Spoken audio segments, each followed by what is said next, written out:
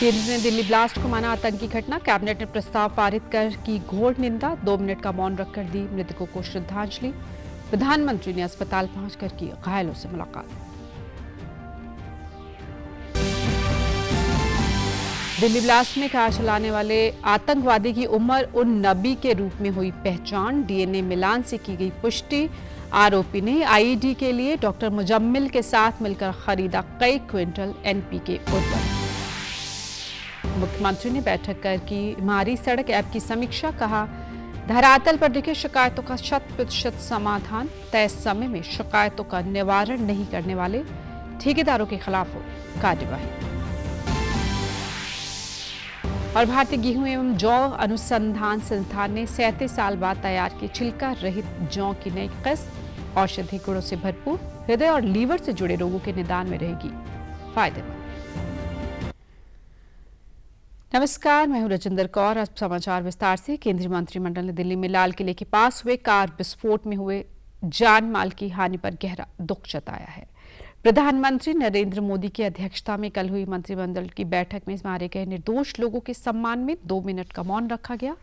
मंत्रिमंडल की ओर से पारित प्रस्ताव में कहा गया कि देश ने सोमवार को लाल किले के पास राष्ट्र विरोधी ताकतों द्वारा अंजाम दी गई एक जघन्य आतंकवादी घटना देखी है। इस विस्फोट में कई लोगों की मौत हुई और अन्य कई घायल हुए। मंत्रिमंडल के फैसलों पर जानकारी देते हुए केंद्रीय मंत्री अश्विनी वैष्णव ने बताया कि मंत्रिमंडल ने इस नृशंस और कायराना कृत्य की स्पष्ट रूप से निंदा की है। मंत्रिमंडल आतंकवाद के सभी रूपों के विरुद्ध जीरो टॉलरेंस की नीति की अटूट प्रतिबद्धता दोहराता है। मंत्रिमंडल ने निर्देश दिए कि घटना की जांच अत्यंत तत्परता और पेशेवर तरीके से की जाए ताकि अपराधियों की पहचान कर उन्हें बिना किसी देरी के कटघरे में लाया जा सके। सरकार द्वारा स्थिति पर कड़ी निगरानी रखी जा रही है। देश और प्रत्येक नागरिक की सुरक्षा के लिए सरकार दृढ़ संकल्प है। India's unwavering commitment to a policy of zero tolerance towards terrorism in all its forms and manifestations.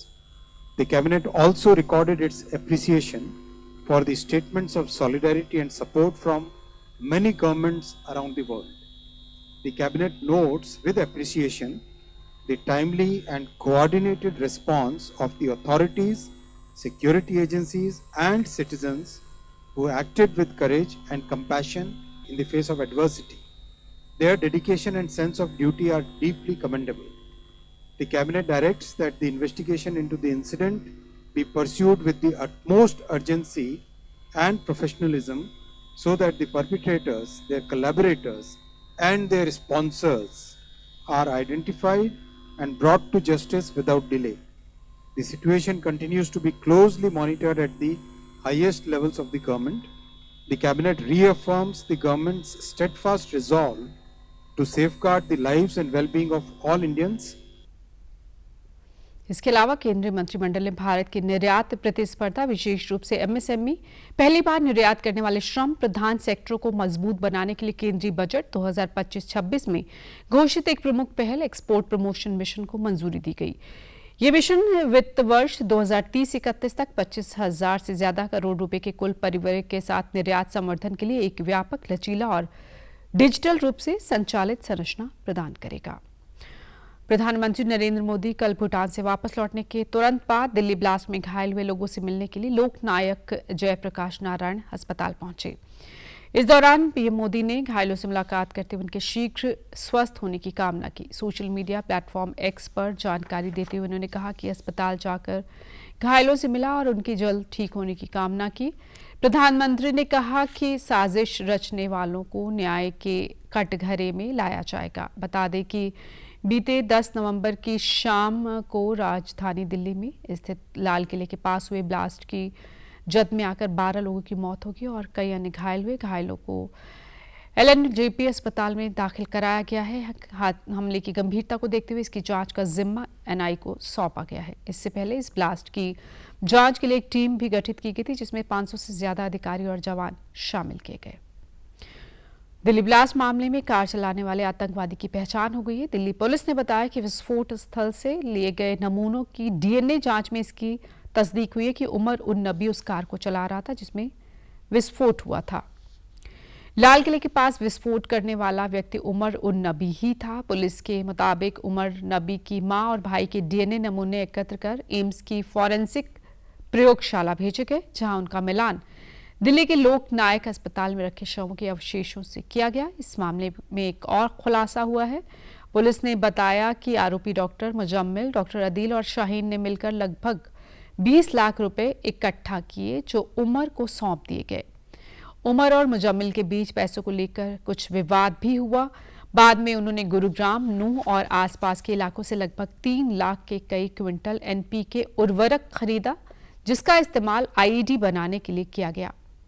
सूत्रों ने यह भी बताया कि इस ग्रुप में 2 से 4 सदस्यों के लिए उमर ने सिग्नल ऐप भी बनाया था। पुलिस ने बताया कि लाल किला के नजदीक धमाका करने से पहले आतंकी उमर एक मस्जिद भी गया था। वह वहां करीब 10 मिनट से ज्यादा वक्त तक रुका और लाल किले की तरफ चला गया। दिल ब्लास्ट के बाद अल फलाह यूनिवर्सिटी की मुश्किलें बढ़ गई हैं। National assessment and accreditation council ने यूनिवर्सिटी को फर्जी एक्रेडिटेशन क्लेम के लिए कारण बताओ नोटिस जारी किया है। एनआईसी के डायरेक्टर गणेशन कन्नाबिरन ने 12 नवंबर को जारी नोटिस में कहा कि अल फलाह यूनिवर्सिटी ने अपनी वेबसाइट पर गलत दावा किया है। एनआईसी ने स्पष्ट किया कि यूनिवर्सिटी के इंजीनियरिंग और एजुकेशन स्कूल को मिला ए ग्रेड समाप्त हो चुका है। नोटिस में कई सवाल पूछे गए, जिसका यूनिवर्सिटी को 7 दिनों में जवाब देना होगा। तब तक वेबसाइट से एनआईसी का जिक्र हटाना अनिवार्य है। वहीं दूसरी ओर ईडी ने यूनिवर्सिटी को वित्तीय लेन देन की जांच शुरू की है। दिल्ली ब्लास्ट मामले में आरोपी डॉक्टरों में डॉक्टर उमर नबी, डॉक्टर मुजम्मिल गनाई और डॉक्टर शाहीन सईद के ट्रांजैक्शन चेक किए जाएंगे। इन डॉक्टरों ने 20 लाख रुपए इकट्ठा कर 26 क्विंटल एनपीके फर्टिलाइजर खरीदा, जो आईईडी बनाने के लिए इस्तेमाल हुआ। ईडी फॉरेंसिक ऑडिट से विदेशी फंडिंग का भी पता लगाएगी। हालांकि अल फलाह चैरिटेबल ट्रस्ट ने विदेशी फंडिंग से इनकार करते हुए जांच में सहयोग का दावा किया है। गौरतलब है कि फरीदाबाद टेरर मॉड्यूल के भंडाफोड़ के बाद अल फलाह यूनिवर्सिटी का नाम गलत कारणों के कारण चर्चाओं में है। और दिल्ली में हुए हालिया विस्फोट की जांच को तेज करते हुए राष्ट्रीय जांच एजेंसी की टीम नूह पहुंची, जहां फरीदाबाद से गिरफ्तार डॉक्टर मुजम्मिल को विस्फोटक सामग्री उपलब्ध कराने के आरोप में पिनगवा शहर के एक खाद बीज विक्रेता को हिरासत में लिया गया। आरोपी की पहचान दिनेश उर्फ डब्बू सिंगला के रूप में बताई जा रही है। इस कार्रवाई से पूरे इलाके में हड़कंप मचा हुआ है। सूत्रों के मुताबिक सिंगला कई धार्मिक एवं सामाजिक संगठनों से जुड़ा हुआ है। अधिक मुनाफे की लालच में उसने अब तक करीब 300 किलोग्राम अमोनिया नाइट्रेट की सप्लाई की, जो विस्फोटक बनाने में इस्तेमाल होने वाली प्रमुख सामग्री है। सिंगला का मूल गांव शिकारवा है। करीब 20-30 साल से वह पिनगवा कस्बा में रह रहा है। इस घटना के बाद परिवार मीडिया से दूरी बनाए हुए है और कुछ भी बोलने से कतरा रहा है। मामले को देखते हुए स्थानीय पुलिस भी मौके पर पहुंची, जबकि एनआईए की टीम की पूरी रात जिले में छापेमारी की खबर है। इसके अलावा खुफिया एजेंसियां पूरी तरह से सतर्क हैं। जिले में संचालित एनजीओ के माध्यम से चल रही संस्थाओं की जांच शुरू हो चुकी है। जिले में खाद, बीज और फर्टिलाइजर विक्रेताओं के बीच हड़कंप मचा हुआ है, क्योंकि एनआईए की टीम सभी संदिग्ध सप्लायर्स की पड़ताल कर रही है। जांच आगे बढ़ने पर और गिरफ्तारियां होने की संभावना जताई जा रही है। मुख्यमंत्री नायब सिंह सैनी ने हमारी सड़क ऐप की कुछ शिकायतों को बिना पूर्ण निवारण के बंद करने और शिकायतों का ठीक से निपटान न करने को लेकर विभिन्न विभागों के 19 कार्यकारी अभियंताओं पर विभागीय कार्रवाई करने के निर्देश दिए हैं। इसके अलावा उन्होंने तय समय सीमा में शिकायतों का निवारण नहीं करने वाले ठेकेदारों के खिलाफ भी कार्रवाई करने को कहा है। वे आज चंडीगढ़ में हमारी सड़क ऐप पर आई शिकायतों को लेकर आयोजित समीक्षा बैठक की अध्यक्षता कर रहे थे। इस दौरान उन्होंने कहा कि शिकायत का समाधान धरातल पर 100% दिखना चाहिए।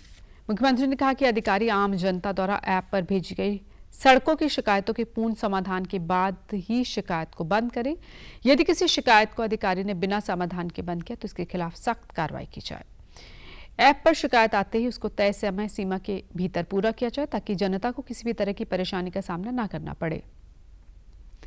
मुख्यमंत्री ने छोटी और बड़ी शिकायतों का अलग अलग वर्गीकरण कर तय समय सीमा में निस्तारण करने के निर्देश दिए।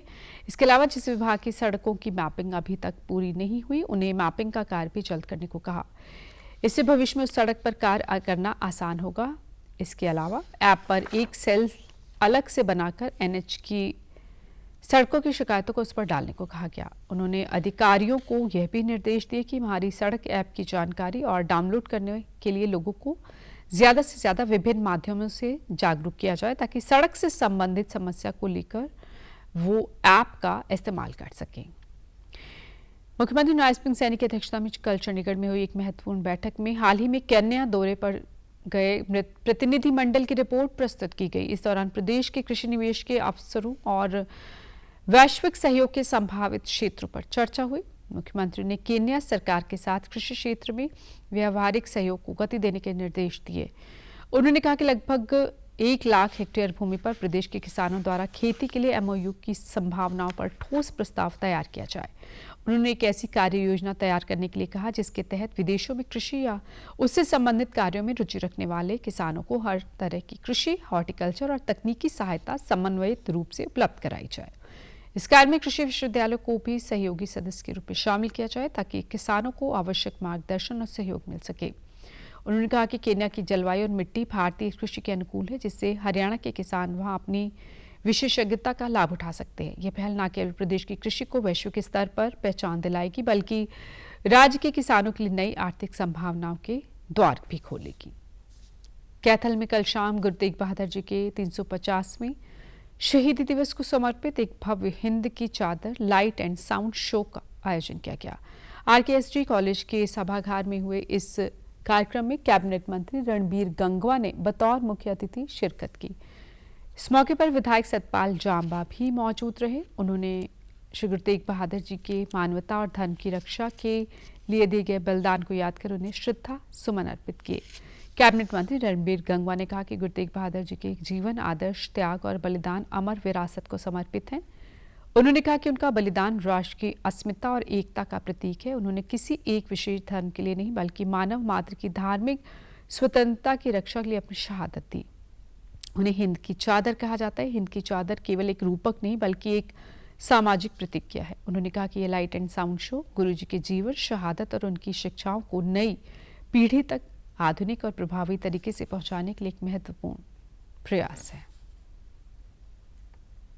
जिस तरीके से उन्होंने राष्ट्र के लिए, राष्ट्र धर्म के लिए अपना शीश देने का काम किया और अपने निर्णय पर अटल रहे और उन्होंने जो बताया कि आदमी का सच्चा धर्म यही है कि अपने देश के प्रति, अपने धर्म के प्रति उसकी रक्षा के लिए अटल रहना चाहिए और इंसानियत ही सबसे बड़ा धर्म है, ये उन्होंने सिखाने का काम किया।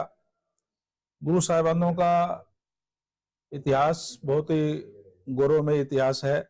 पूरे हरियाणा में 4 यात्राएं निकल रही है जो 25 नवंबर को कुरुक्षेत्र पहुंचेगी और उसके लिए यशस्वी हमारे प्रधानमंत्री नरेंद्र मोदी जी कुरुक्षेत्र पहुंच रहे हैं और उसी उपलक्ष्य में आज यहाँ पे भी RKSG कॉलेज में लाइटिंग शो होगा और उसके लिए बहुत भव्य नज़ारा है। आप जरूर पहुंचे।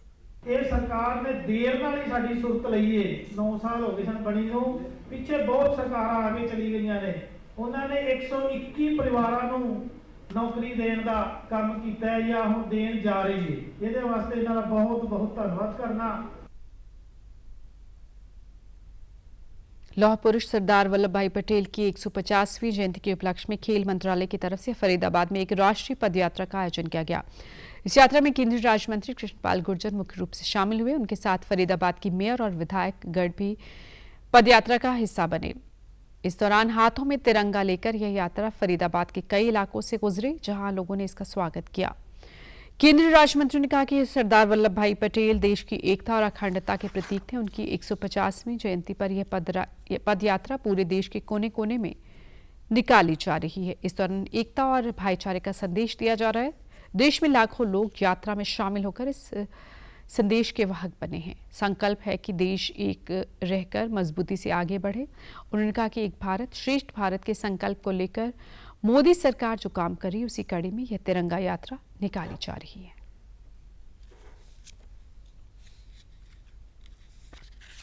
वल्लभ भाई पटेल जी की 150वीं जयंती पर जो एकता और अखंडता के प्रतीक थे, उनकी 150वीं जयंती पर ये पद यात्राएं पूरे देश के कोने कोने में निकाली जा रही हैं।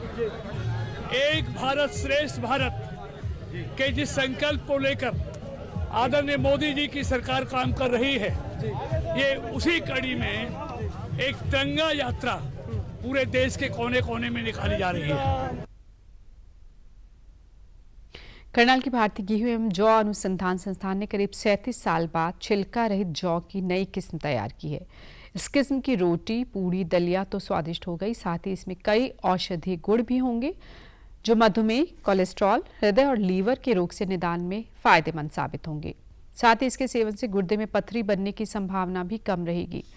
छिलका रहित जौ की इस किस्म के सभी परीक्षण सफल रहे हैं। देश में 1989 में छिलका रहित जौ की एक किस्म आई थी, उसके बाद अब इस नई किस्म को वैज्ञानिकों ने तैयार किया है।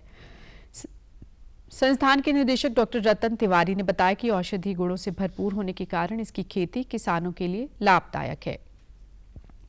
इसके अलावा बाजार में इसका दाम भी ज्यादा मिलता है। धीरे धीरे लोग इसके बारे में सजग हो रहे हैं क्योंकि इसका सेवन स्वास्थ्य से जुड़ा है।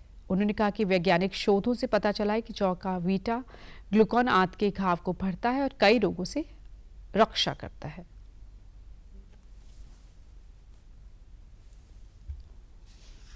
अभी वो अच्छी प्रजाति है। उसमें खास बात क्या है कि नॉर्मली हम जौ लेके जाते हैं पिसाने के लिए, तो उसके छिलके सही रहता है ना उसके आटे में, तो या फिर उसकी पहले छिलके को उतरवाइए, डीहलिंग मशीन आती है, कुछ पॉलिंग मशीन बोलते हैं उसको, उसके बाद फिर आप उसको पिसा करके गेहूं मिला लीजिए।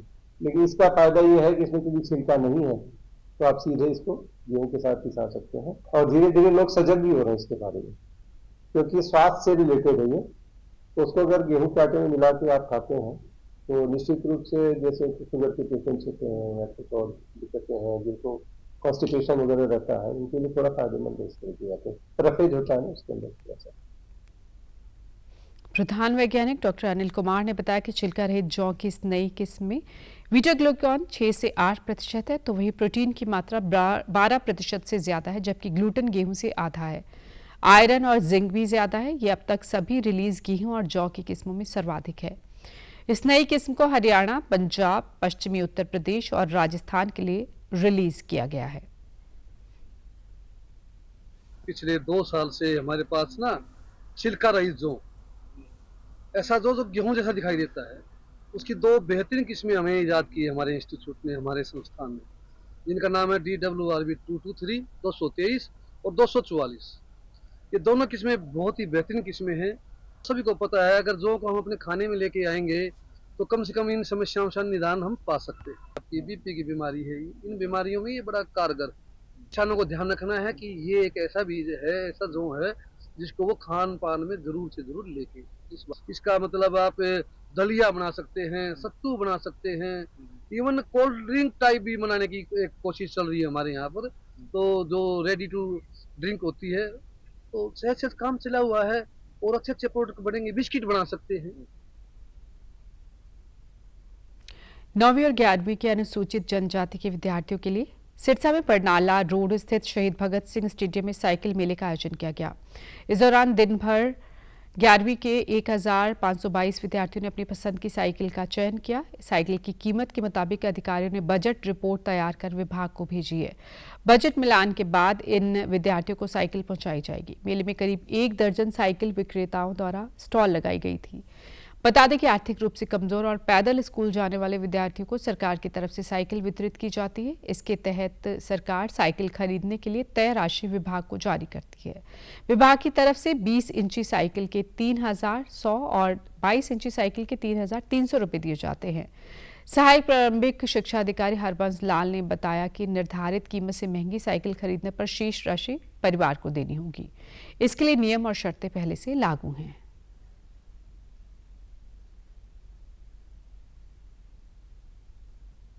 हमारी 9वीं और 11वीं क्लास के जो SC स्टूडेंट हैं और जो जिनका दूरी घर से 2 किलोमीटर है, उनको गवर्नमेंट की तरफ से ये साइकिल दी जाती है।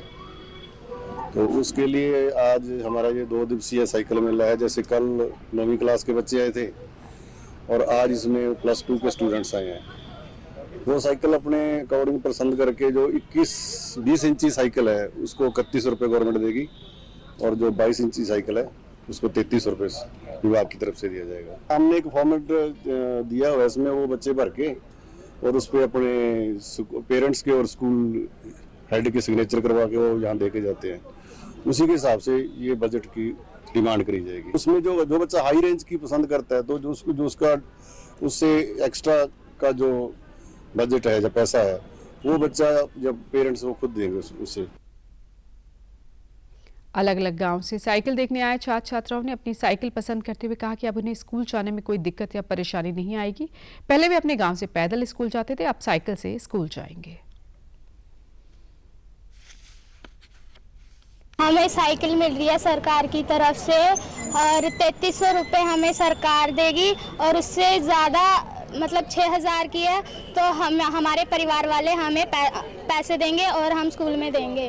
हमें बहुत अच्छा लग रहा है, हमें खुशी हो रही है कि हमें सरकार साइकिल दिला रही है। सरकार की तरफ से ही बाकी तरफ से आप देंगे, हम देंगे ही। महंगा साइकिल लिया था, बाकी पैसे से देंगे।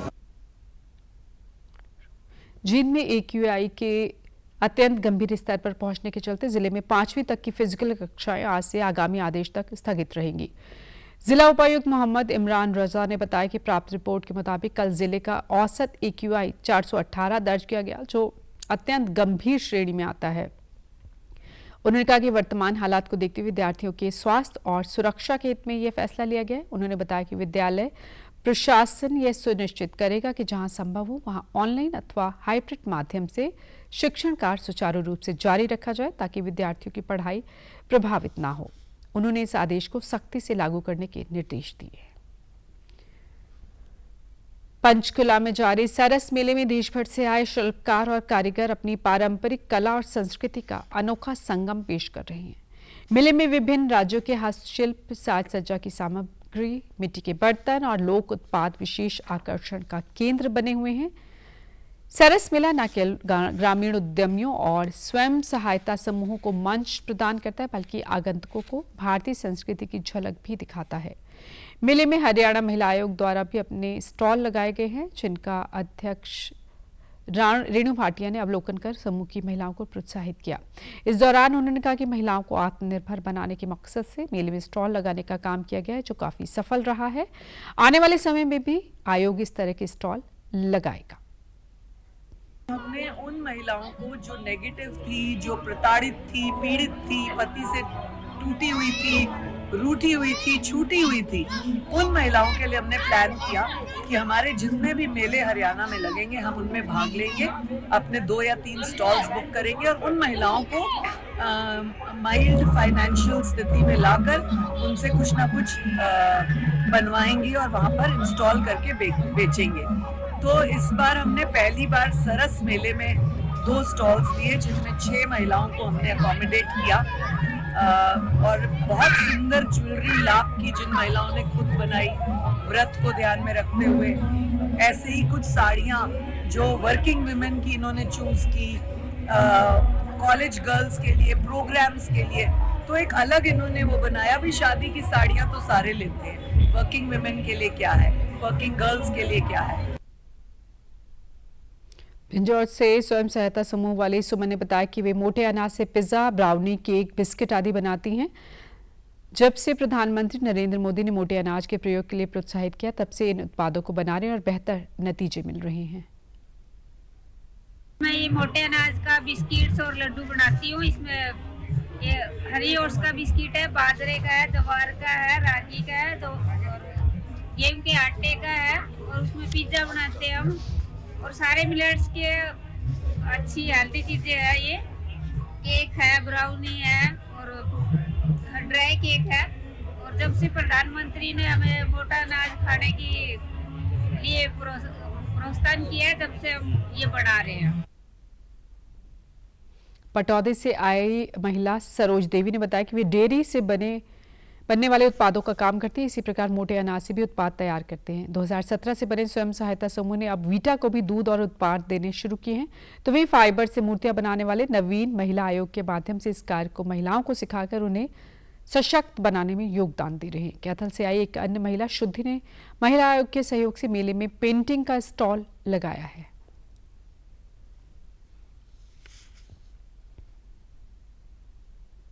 मैं मिलेट्स का काम करती हूँ मेरी खुद की डेयरी भी है, दूध का और दही का काम मेरा खुद का है।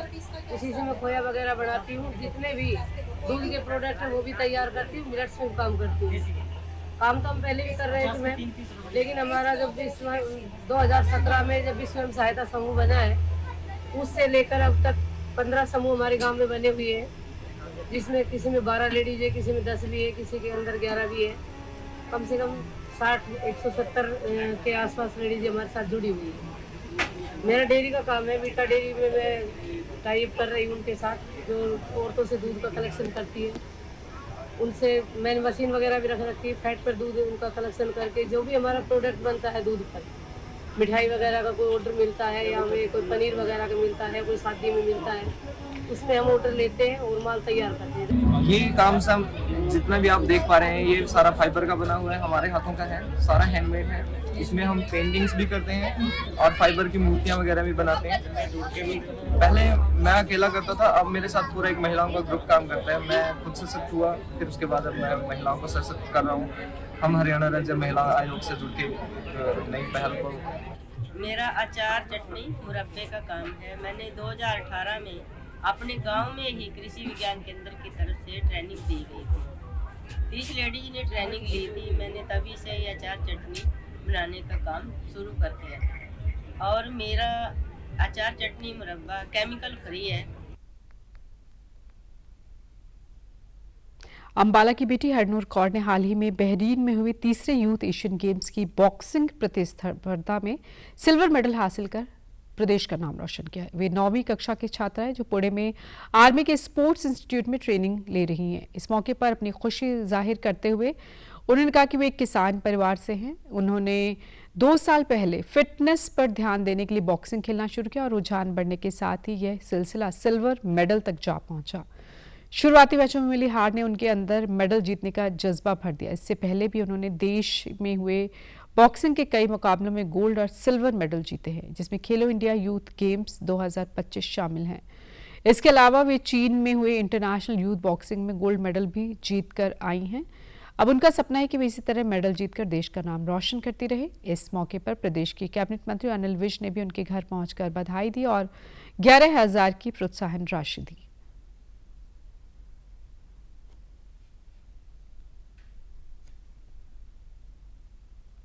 मैंने बॉक्सिंग में सिल्वर मेडल जीता 3rd एशियन यूथ गेम्स में जो बहरीन में हुई है, और मैंने 2 साल पहले बॉक्सिंग शुरू करी थी। ये 3रा साल है और मेरे बेसिक कोच संजय सर हैं और अभी मैं आर्मी स्पोर्ट्स इंस्टीट्यूट में ट्रेनिंग कर रही हूँ पुणे में। अभी गोल्ड लेके आना है। ये सिल्वर अच्छा लगा जीत के, पर आगे के लिए और इसका रंग बदलूंगी ये बात है।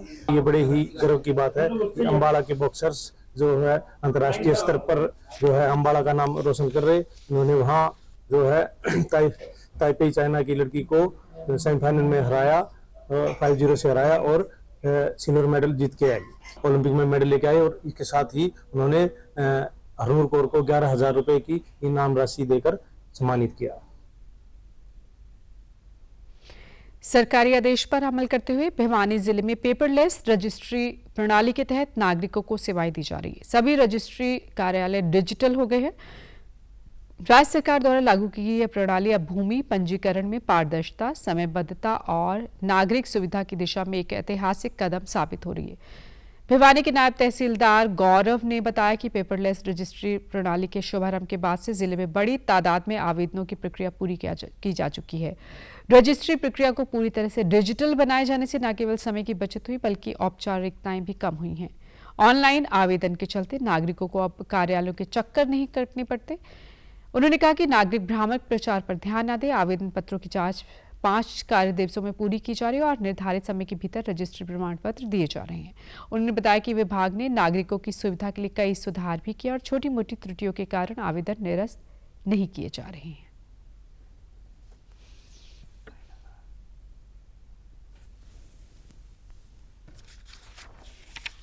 तारीख से हमने भिवानी में ऑनलाइन ये पेपरलेस जो रजिस्ट्रेशन है इसका कार्य शुरू कर दिया है। इससे पहले भवानीखेड़ा तहसील में हमने 1 हफ्ते के लिए पायलट प्रोजेक्ट के तौर पे इसको चलाया था, जिसमें सिस्टम की जो भी छोटी मोटी कमियां थी उनको नोट करके हमने उच्च अधिकारियों को अवगत करा दिया था। उसके बाद जो है उन कमियों को दूर करते हुए ऊपर के प्रशासन के अधिकारियों ने बहुत ही अच्छा रिस्पांस हमें दिया और हमारी जो भी समस्याएं थी छोटी छोटी उन सबका समाधान किया। अब जो सिस्टम है उसमें ऑलमोस्ट ये सिस्टम फुल प्रूफ हो गया। इस बुलेटिन में फिलहाल इतना ही, इजाजत दीजिए, नमस्कार।